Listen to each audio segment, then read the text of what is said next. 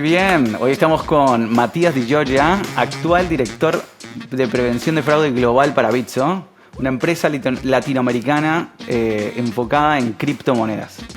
Matías tiene una experiencia impresionante en compañías como Mercado Libre, Coca-Cola, Accenture, pero quiero que él les cuente un poco más de esa impresionante carrera y cómo llegó a ser el actual director de fraude en Bitso. Buenísimo, hola Ronnie, muchas gracias por tenerme acá, muy contento de charlar contigo. La verdad que mi carrera es un poco movida, ¿no? Comencé de joven, a los 19 años, trabajando para entender un poquito qué es lo que me gustaba, haciendo experiencias. Estudié administración de empresas, mientras estudiaba comencé a trabajar, trabajé en Equifax, que es un buró de datos. Después trabajé en consultoría, en sistemas. Después también estuve en una petrolera, en ExxonMobil, en Accounts Payable. Viajé un año por Europa para probar suerte, para ver qué hacía, si me quedaba allá. Y luego a la vuelta ya, si querés, encaucé un poquito más para el lado que venimos ahora. Entré en Accenture. El primer proyecto fue migrar un proceso que se hacía en México. Estuve un mes y medio en el DF y tuve que crear todo de cero. Ya eso me gustó muchísimo. Traer algo nuevo, implementarlo, armar el equipo. Me creé un proceso de collection y cash applications. También para todo lo que era Caribe y Latinoamérica. Voy a ir más rápido, así te cuento un poco cómo llegué acá, que es un poquito tranquilo. movido y vos me podés ir preguntando. Luego de ahí me fui a trabajar a Coca-Cola.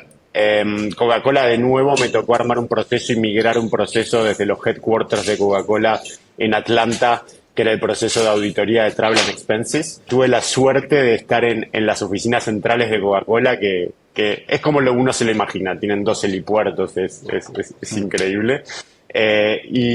Y bueno, trajimos el proceso de auditoría de Travel and Expenses, migramos el sistema, contratamos más de 60 personas para hacer todo lo que es auditoría desde el hub que teníamos en Argentina. Estaban tercerizando un montón de cosas para Latinoamérica, esta nos tocó a nosotros, y tuvimos todo lo que era Latinoamérica, Canadá y Estados Unidos, todo lo que era armar el equipo que auditaba todos los viajes, los gastos, las políticas de viajes, etcétera. Ahí estuve casi 2 años, estuvimos armando todo de cero, los equipos, muchos aprendizajes, ya te contaré a lo largo de la entrevista algunos de los aprendizajes que tuve. Y de ahí surgió la oportunidad de ir al rubro fintech. Imagínate, estábamos en el 2016, pasó ya un tiempito, y ingresé a fines de ese año, ingresé en Mercado Libre. Mercado Libre no era el monstruo que vemos hoy, sino que teníamos 4.000, 5.000 empleados en ese momento en la empresa. Estaba todo súper comenzando. Y entré en el área de operaciones, principalmente a gestionar lo que es contracargos. Ahí fue, como si querés, el primer contacto bien directo con procesadores. Ahí sucedió. Y ahí fue muy loco, porque ahí se dieron 2 cosas, ¿no? Pasé de industrias por ahí más tradicionales. Si bien yo tuve que armar equipos de cero, por ahí un Accenture, un Coca-Cola, son industrias un poco más tradicionales, burocráticas, en las que por ahí menos ágiles, si querés, y pasar a Mercado Libre también requirió, un cambio de mindset, el chip de decir, no tengo que pedir la prueba a todo el mundo, puedo ejecutar, tengo más libertad y además muchas cosas por crear, ¿no? Llegué en un momento por ahí, para contarte, en el que estaban lanzando credits en la región, que hoy por ahí es un producto súper establecido, pagos con MPOS, con QR, así que la realidad es que tuve la suerte de poder estar en esas mesas de discusión y empezar a entender cómo se piensa un producto, cometer errores. Creo que una de las cosas que fui aprendiendo en mi carrera y que me dio mucho es no tener miedo a equivocarse, ¿no? Si no, uno se paraliza, pero ir probando, si querés ser innovador, estar en la vanguardia, estar en la industria que estamos. Hoy estoy en criptomonedas también, que ya te contaré, pero todo ese aprendizaje comenzó ahí. Todo mi primer contacto con prevención de fraude comenzó ahí. Trabajamos mucho a nivel regional y principalmente ahí el foco era gestión de contracargos. Era entender el racional atrás de un contracargo, cómo son estos trade-off entre la aprobación que estoy teniendo y los contracargos, qué tipo de reglas ponemos para prevenir que eso ocurra, qué validaciones, qué herramientas usamos, con qué proveedores. ¿Qué está pasando con los procesadores de pago? Viajar, hablar cómo podemos mejorar la interacción, qué datos te puedo mandar. En definitiva, a mayor cantidad de datos que uno puede intercambiar, mayor certeza puede tener para identificar si es un buen o mal cliente y generarle menos fricción, ¿no? O sea, en función de qué cliente tenés, vos podés ir generándoles algunas fricciones. Entonces, Mercado Libre 2016, después roté al área de logística, de planeamiento, estaba viendo un poco todo lo que tenía que ver con mercado envíos, todos los procesos punta a punta, el mapeo de los procesos, los potenciales riesgos. No era solo prevención de fraude, sino que era más amplio, sino que era cualquier riesgo que tuviera un impacto monetario. Y vino la pandemia. La pandemia fue un poco difícil, a cada uno nos pegó distinto. En mi caso puntual, me tomó un tiempo para ver qué quería hacer. No sabía si me iba a quedar en Argentina. La situación argentina, bueno, por ahí no todo se conocía, pero hay altos niveles de inflación y quizás uno a veces se plantea si quizás una opción no sería ir a trabajar a otro lado. Finalmente decidí quedarme, estuve haciendo consultoría para varias empresas durante 2 años y ahí ingresé en Shopee. Ahí Shopee es una empresa asiática, un marketplace. Lo lindo de esta experiencia fue que tuvimos que armar el marketplace desde cero. O sea, fui el empleado número 12 o 13, si mal no recuerdo, y tenían presencia en Brasil, estaban lanzando en el resto de Latinoamérica, y cuando me refiero a todo, lanzar todo es desde armar las estructuras, los contratos, los proveedores, hablar, no sé, en Argentina, esto era para Argentina solamente, a diferencia de los otros roles Claro. que eran regionales, hablar con los procesadores, los contratos, qué estructura necesitamos, o sea, ya proponer una estructura, salir a buscar a las personas que necesitamos también para ese momento de la organización, ¿no? Que se necesitan por ahí distintos perfiles. Y fue una experiencia muy linda en la que, bueno, ya estaba como head de fraude, específicamente para prevención de fraude. Y diseñamos todos los procesos haciendo benchmark con lo que teníamos en Brasil. Pero una vez que empezamos a tener datos, ya el comportamiento y todo ya empieza a mudar. Entonces ya empezamos a adaptarnos a lo que es la idiosincrasia local. Y bueno, eso fue una experiencia muy linda y tuve la... A ver, uno con el diario del lunes siempre por ahí hace la evaluación constructiva, ¿no? En el momento por ahí tuve que también transitar layoff. Tuvimos un layoff, por el tema general de la industria, y luego la empresa decidió cerrar la operación en Latinoamérica, excepto en Brasil. Así que también, si bien fue una experiencia por ahí un poco estresante, también fue una experiencia que me enriqueció bastante en ver cómo se cierra una empresa, qué criterios, qué se toma, las decisiones. Y afortunadamente, justo en ese momento que estaba cerrando la empresa, yo ya estaba en conversaciones para Bitso, para la posición en la que estoy actual. Y la verdad es que estaba súper motivado con sumarme a esta compañía. Esta es una compañía, por ahí para darte un poco de contexto, es una compañía que inició operaciones, como vos dijiste, en México. Hace 9 años, o sea, no es una compañía que tenga muchísimos años, entonces iniciamos en el 2014 y tenemos presencia hoy en Argentina, Brasil y Colombia, y tenemos hoy, después de 9 años, más de 7 millones de usuarios y tenemos más de 1.500 clientes institucionales en todo el mundo a los que les damos servicios, ¿sí? Así que ahí ingresé a Bitso y la realidad es que para mí fue como la suma de todas mis experiencias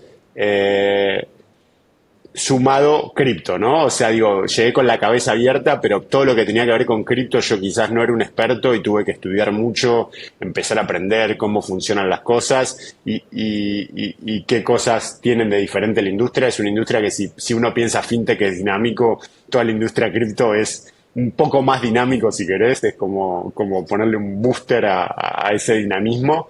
Y la realidad es que estoy súper contento, mucho por hacer, muchas cosas que van cambiando día a día y que hay que adaptarse, hay que estar viendo cuál es la mejor la Muchos evolución de la retos. tecnología, muchos retos, muchos retos. ¿Cuáles han sido tus mayores logros y fracasos y qué aprendiste sobre eso a lo largo de tu carrera, preferiblemente en el área de prevención de fraude? Bueno, algunas de las cosas que los cambios que estuve efectuando a nivel mindset y distintas compañías ya te conté un poco. Creo que uno de los mayores logros, voy a hablar de algo general, es como aprender, si querés, de los errores, ¿no? Creo que eso es algo que uno por ahí a veces se bloquea. eh, y empezar a hacer cosas implica hacer cosas de cero implica que uno cometa errores. Te voy a contar alguno, por ejemplo, para ilustrar. Tengo la suerte hace más de 10 años de armar equipos desde cero en distintas empresas y procesos desde cero.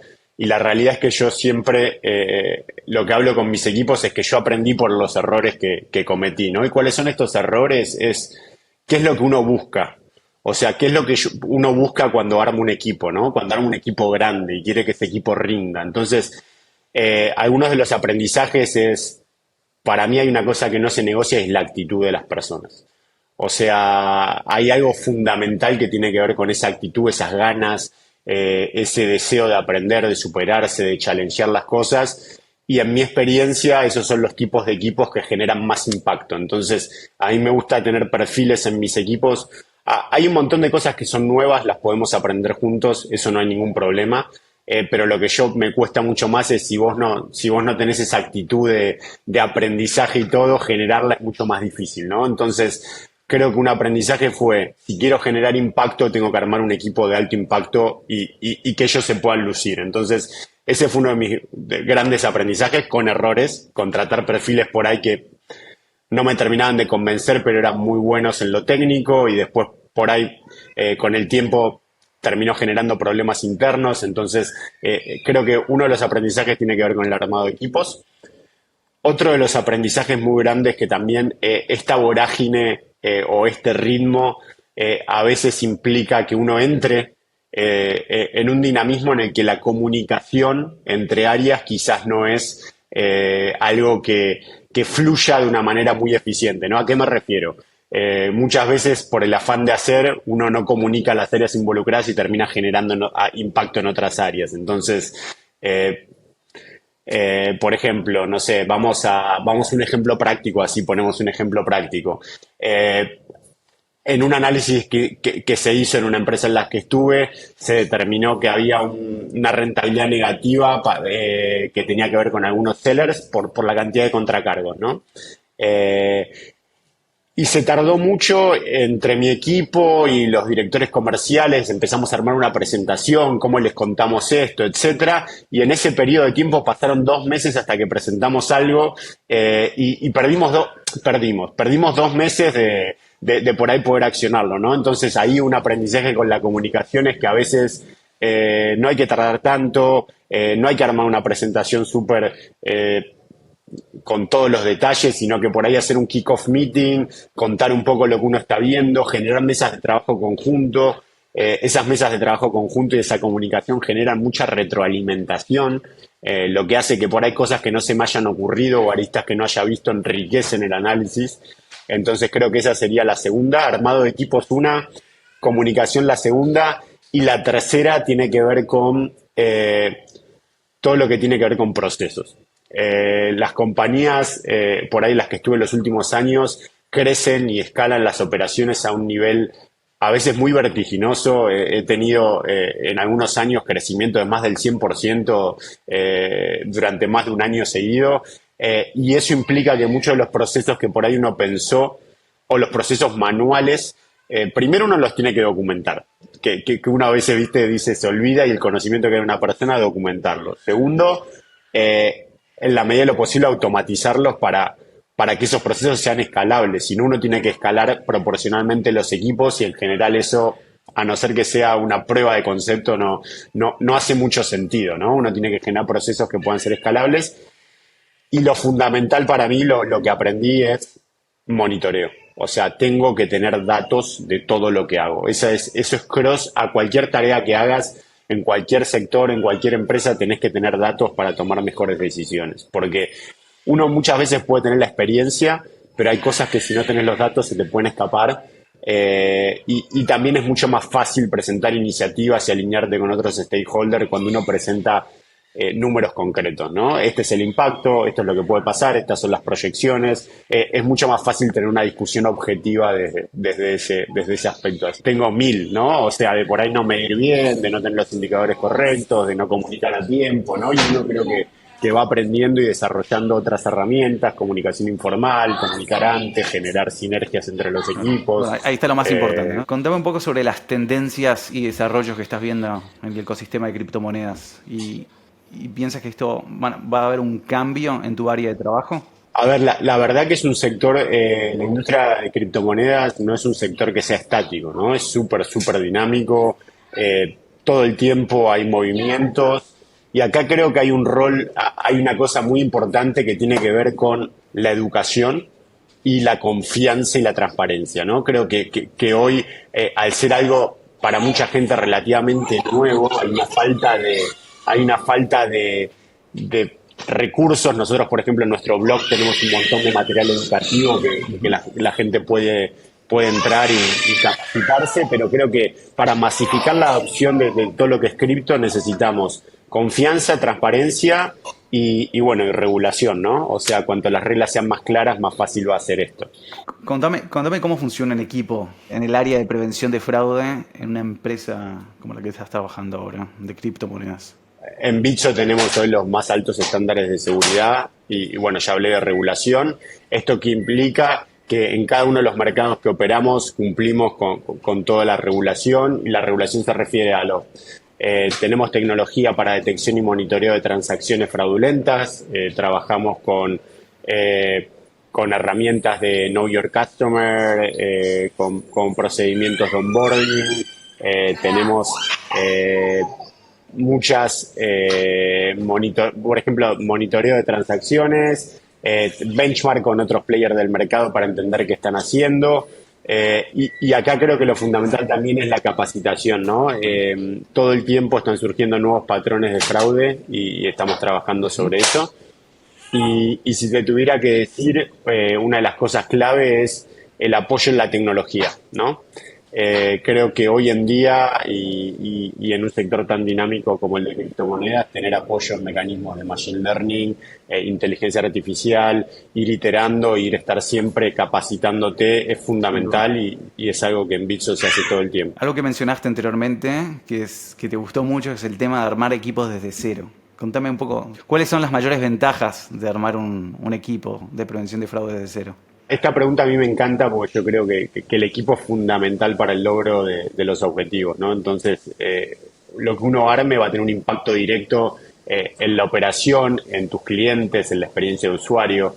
Y ahí por ahí los desafíos son... Yo tuve la suerte de tener los dos escenarios, ¿no? De armar de cero y llegar a equipos ya con una base armada en la que uno tiene que iterar. Entonces, armarlos desde cero vos podés aprovechar, al menos en mi caso, que ya cometí varios errores, es aprovechar esa experiencia para buscar esos conocimientos, habilidades y perfiles que sentís que necesitas para crear un equipo.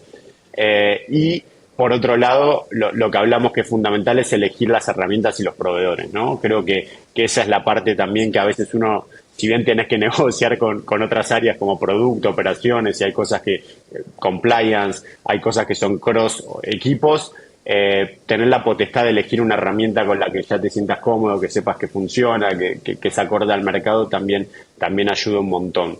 Y después vienen otro tipo de desafíos. Una vez que uno empieza a armar es buscar los perfiles indicados y generar ese esquema de comunicación y ese mindset que uno quiere imprimirle a su equipo, ¿no? Yo soy un convencido de que un equipo de alto rendimiento tiene que ser curioso, tiene que levantar la mano, tiene que desafiar los procesos actuales en el buen sentido de decir, creo que tengo una idea mejor y podemos mejorar este proceso. Y eso creo que hay que fomentarlo, ¿no? Y el equipo tiene que sentir que eso se fomenta y que cada uno tiene su lugar. Y con los datos que hablábamos antes, darles responsabilidades claras a cada uno, ¿no? Creo que cada uno tiene que ser responsable de ciertas tareas y rendir cuentas por esas tareas, obviamente, ¿no? No es lo mismo hacer las cosas bien que hacerlas mal y creo que uno quiere fomentar hacer las cosas bien y estas son las actitudes que uno quiere ir creando en los equipos para poder tener un impacto en la organización, ¿no? Porque en definitiva lo que nosotros buscamos es mejorar la experiencia de usuario, mejorar los rendimientos para la empresa, reducir que no nos usen como una plataforma para hacer fraude. Para todo eso uno va generando iniciativas y controles. ¿Y ha sido un desafío también la captación de talento para un área tan específica como prevención de fraude? Prevención de fraude es un nicho que no hay tanta gente con mucha experiencia, ¿no? Creo que a medida que uno va creciendo en la carrera o va trabajando varios años, ya empezás a conocerte con mucha gente. Latinoamérica en general somos todos conocidos. Vos tenés que tener una propuesta diferencial para encontrar los mejores talentos, ¿no? Y la propuesta no es solo económica, sino que tiene que ver con los desafíos, con la empresa, con el clima. Hoy creo que la gente busca no solo un desafío monetario, sino eso es poco tiempo, sino un desafío profesional. Entonces, uno tiene que encontrar perfiles que se adecúen a lo que uno busca, a lo que es la idiosincrasia de la empresa y que también se puedan desarrollar, ¿no? Y ahí es una parte muy importante, uno tiene que mantener motivado al equipo, ¿no? Uno tiene que mantenerlos con procesos que ellos sientan que se están desarrollando en su carrera, que tenemos herramientas para desarrollarlos y que están aprendiendo. Si no, se hace muy difícil retener el talento. Claro.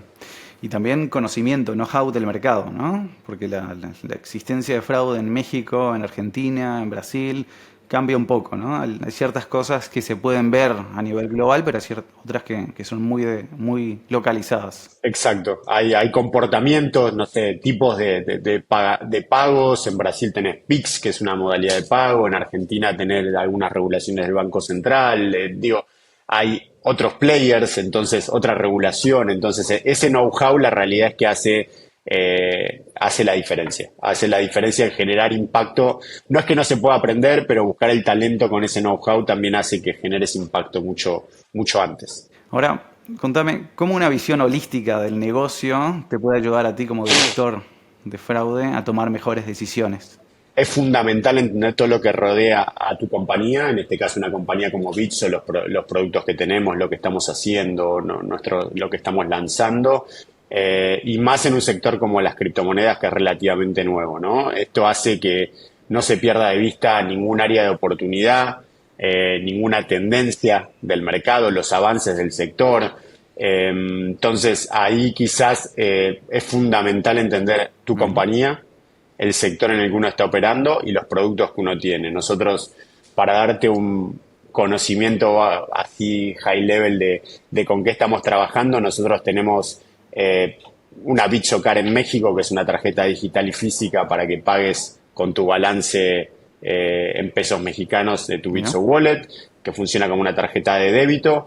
La wallet es la billetera virtual, ¿no? Por ahí para el que no es tan experto en el área.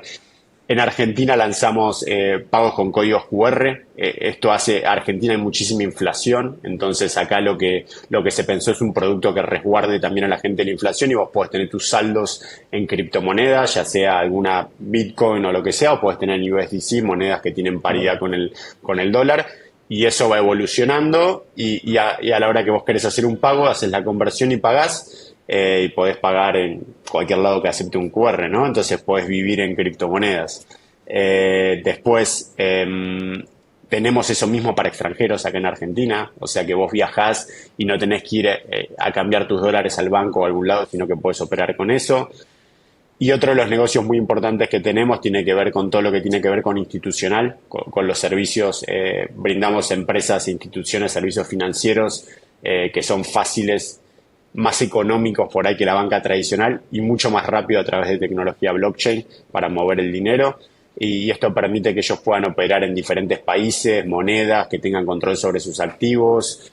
La verdad es que conocer todos estos productos que tenemos y todo lo que estamos haciendo hacen que uno pueda tomar las mejores decisiones como empresa. Y ahí por ahí para agregarte a veces las decisiones en una empresa tan dinámica es aprender a priorizar y decir que no. Que creo que eso es una cosa que no mencionamos y que también es muy importante porque uno tiene tanto en el mapa, tantas cosas por hacer que a veces uno se obsesiona y no terminás haciendo las cosas bien. Entonces creo que también es importante desde esto de los datos poder priorizar desde la estrategia de la empresa y lo que uno está viendo, poder entender el mercado y en función de eso y con datos priorizar las iniciativas y qué acciones vamos a tomar. Ahora quiero que me cuentes algo que es muy sonado, se puede decir, que es la parte de regulación, las regulaciones que están sucediendo a nivel de criptomonedas. ¿Cómo esto afecta? ¿Cómo afecta, por ejemplo, tu área de trabajo? Nosotros estamos convencidos de que la regulación es fundamental para poder establecer los criterios y los patrones de operación y las regulaciones necesarias. El año pasado fue muy movido para la industria. Vimos países que avanzaron en Colombia y Brasil bastante con temas regulatorios, leyes. Y hemos visto también muchos países empezar a utilizar y en muchos países utilizar las criptomonedas, ¿no? Dicho esto, obviamente no todo fue positivo. Tuvimos lo que se llamó cripto invierno, que fue la caída del precio de todo lo que eran los criptoactivos a niveles bastante bajos. Esto también generó una desconfianza en la gente. El caso de FTX, que probablemente la defraudación que hicieron FTX con los fondos de sus usuarios. Entonces creo que estos episodios deberían servir para que la industria se comience a regular, comience a tener patrones de regulación, que seamos más transparentes, que haya medidas de cumplimiento, que haya auditorías, que las empresas tengan mejores prácticas internas para darle a sus usuarios tranquilidad y confianza, ¿no? Creo que en estos momentos es fundamental tener esa transparencia para que el usuario se sienta confiado y entienda qué está pasando y que le estamos cuidando los activos y que aprenda a diferenciar una empresa que por ahí no los cuida de una que sí, y eso por ahí es lo más difícil y creo que la regulación va a ayudar muchísimo para esto. Y para lo que es prevención de fraude, nos ayuda por ahí para establecer los procesos y estándares de la industria. Nosotros, si bien estamos en cumplimiento con todos los estándares de toda la industria, regulados por Gibraltar, con estándares de regulatorios bastante altos a nivel controles, hay algunos países que tienen distintas regulaciones o distintos pedidos de los bancos centrales o de información o de plazos y uno se tiene que adaptar a eso también. Muy bien, Matías, estamos llegando ya casi al final. Pero dejé una última pregunta, que sé que es un tema que a ti te gusta mucho, que es el balance perfecto entre conversión y protección. Algo que me habías mencionado en nuestra primera conversación, pero quiero que cuentes un poco sobre eso, que es un tema muy importante y interesante que aplicas. Es una pregunta que a mí también, esto como los equipos y esto me apasiona, la realidad que es, uno siempre en prevención de fraude está analizando trade-offs, o sea, con trade-offs me refiero a si aumenta algo o afecta algo, ¿no? O sea, no son variables que están constantemente relacionadas. Entonces, me preguntás por conversión, protección a los usuarios, etcétera. Entonces, acá creo que hay algunos tips que por ahí a mí me sirvieron en mi carrera y que pueden ser útiles para otras personas. Uno es principalmente un análisis de riesgos, detectar las áreas donde necesitas medidas preventivas o mayor protección. Eso es entender tus procesos y mapear dónde tenés riesgos, ya sea por procesos manuales, ingresos y egresos de dinero, lo que sea, que vos requieras un control. Después hay una parte muy, muy importante hoy que cambió en la prevención de fraude que tiene que ver con los comportamientos, ¿no? Antes uno, en prevención de fraude, en los inicios, uno ponía límites, ponía montos y era como más sencillo. Hoy con el avance de la tecnología, la inteligencia artificial, los modelos de machine learning, uno tiene que empezar a monitorear comportamientos. ¿Qué quiere decir esto? Quizás vos entraste como cliente para nosotros, pero en un momento empezaste a transaccionar distinto o hubo un login, una persona ingresó en tu cuenta desde otro país. Entonces ahí es importantísimo detectarlo y monitorearlo y detectarlo a tiempo. Y acá entra lo que a mí me encanta llamar como Smart Friction, ¿no? ¿Qué es Smart Friction para mí? Es en función de ese comportamiento generar un cuidado a los usuarios, pero que sea acorde a lo que está pasando. ¿Qué quiere decir esto? Si vos te lo guías por ahí de una cuenta o un dispositivo nuevo, un control biométrico, alguna cosa que vos valides tu identidad para asegurarnos de que sos vos y resguardar tu cuenta, algo que no genere tanta fricción, pero que nos permita tener un control de seguridad más. Lo mismo pasa si alguien quiere sacar de repente el 100% de tu saldo y vos nunca lo sacaste, no sé. Hay algunos comportamientos que deberíamos generar algunas verificaciones de identidad y después hay cosas que claramente se identifican como fraude y medidas tienen un alto nivel de accuracy en la regla y eso ya queremos directamente que esa gente no se loguee. Por ejemplo, si alguien nos hizo un fraude con una tarjeta bancaria en lo que es Charback. Si alguien hizo un fraude con un dispositivo, bueno, todo eso tiene que estar en una blocklist y no tenemos que permitir ya directamente, tenemos que ser proactivos, ¿no? No ser reactivos, sino ser proactivos y no permitir que eso siga operando. Entonces, monitoreo en tiempo real y alarmas. Esto también nos permite detectar desvíos. Muchas veces uno detecta comportamientos anómalos por los desvíos en los indicadores. Si yo tengo un volumen de un banco o de otro banco y de repente se triplica y yo no tengo ninguna promoción ni nada, hay algo raro. Monitorear en tiempo real, detectar anomalías, como bien mencionás, es fundamental. Y después hay otra parte que para mí también es fundamental, es las acciones conjuntas con otros equipos, ¿no? Muchas veces estas cosas, vamos a hacer una campaña, vamos a hacer una promoción, vamos a lanzar un producto.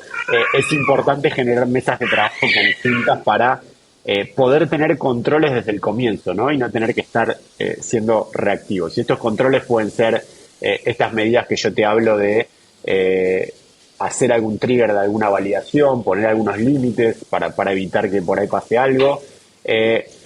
Y una cosa fundamental para agregar, por ahí ya ir cerrando, tiene que ver con hacer pruebas y experimentar. Uno muchas veces que va lanzando algún nuevo producto, generalmente lo que se hace en la industria, al menos en lo que yo estoy, es un grayscale. Vas lanzando un pequeño porcentaje en un país, un pequeño porcentaje en otro país, vas probando distintos features para ver cómo reaccionan, cuál es el mejor, cuál tiene más adaptación, cuál es más seguro, y ahí también te sirve para poder lograr un balance que esté de acuerdo con lo que vos querés, ¿no? Siempre también está el apetito de riesgo de la Claro. compañía, el momento en el que si quiero crecer mucho, ¿no? Por ahí uno ahí invierte más dinero en marketing. Y por último, el seguimiento constante. Creo que eso es lo que hablábamos siempre del monitoreo, las alarmas y el seguimiento constante es fundamental para poder ir aprendiendo y ajustando. Como nosotros ajustamos nuestras reglas, los defraudadores ajustan sus comportamientos. Entonces, una regla que hoy es eficiente, quizás a la semana ya no es eficiente, porque ya se dieron cuenta y empiezan a adaptar esos Perfecto. Cuando comportamientos. te referís a alarmas, ¿son acciones manuales que realizan para mejorar el proceso? Yo me refiero generalmente a lo que uno genera esa alarma son de todos estos comportamientos Bien. anómalos que mencionábamos, ¿no? O sea, uno establece, vos tenés estándares de tu operación y cuando hay un desvío de mayor a Ujú. cierto porcentaje, eso para mí Perfecto. es una alarma. Después puede hacer una alarma en los pagos, en la participación o el share de cada uno de no sé, de tus países, cualquier cosa que sea anómala con los comportamientos iniciales, uno, al menos nosotros configuramos alarmas para hacer un double check y entender acá hay algo que está funcionando bien o no, ¿no? Y ser un poquito más proactivos y no esperar a que explote ninguna Así bomba. es. Ya llegamos al final, pero te quiero dar la oportunidad para que nos puedas contar algo que tal vez no mencionamos a lo largo de la entrevista que te gustaría mencionar. Este es tu momento. Bueno, muchas gracias. Creo que acá mensaje principal es, yo estoy muy contento de estar en una industria cripto. Creo que es la tecnología del futuro. Todo lo que tiene que ver con blockchain va a hacer que las transacciones y el intercambio de dinero, no solo entre países, entre empresas, entre personas, creo que es el futuro y creo que estamos dando grandes pasos y somos pioneros en esto y acá es fundamental que la gente se capacite, que entienda, que aprenda, que entre en nuestro blog, pero la realidad es que va a permitir un movimiento mucho más económico de activos y de dinero y va a permitir más rápido, más barato, más eficiente. Entonces creo que por ahí es donde va el futuro. La verdad que estoy muy contento de estar en una empresa que está desarrollando todos esos productos que van a tener un impacto enorme en nuestros clientes. La verdad que te agradezco mucho tu tiempo y todo lo que contaste, la verdad que es fantástico. Tantos detalles, tantos aprendizajes, tantas vivencias que tuviste, que creo que puede ayudar a muchos de los que escuchen, para que también se animen a irse al lado de las criptomonedas en el área de prevención de fraude. Muchas gracias. Bueno, muchas gracias Ronnie por el espacio, por charla, por la buena onda y nada, agradecido de estar acá y poder contar un poquito mi experiencia. Espero que haya servido y que la gente por ahí se interiorice, aprenda, pregunte, pruebe. Muchas gracias por el espacio.